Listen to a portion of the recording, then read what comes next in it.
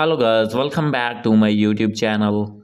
So guys, in this video I'm going to show you how to make all the Facebook posts private. So guys, if you want to hide all the posts to only me, I'll help you how to hide and how to make all the posts private. So let's get started without wasting any time.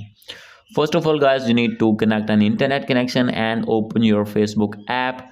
So guys, when you have opened your Facebook app, you have to open your main profile. As you can see here, you have to open your main profile here and click on three dots.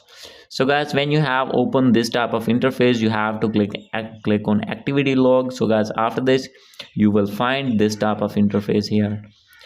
After this you need to click on public post, and guys, from here you will see all the posts that you have posted on Facebook profile.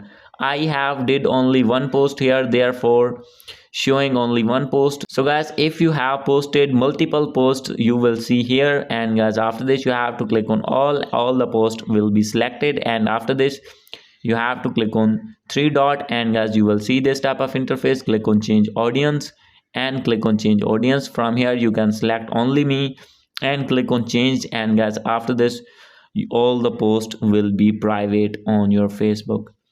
So guys, this is the video. Hope you like this video. If you like this video, please do subscribe my channel. Thank you.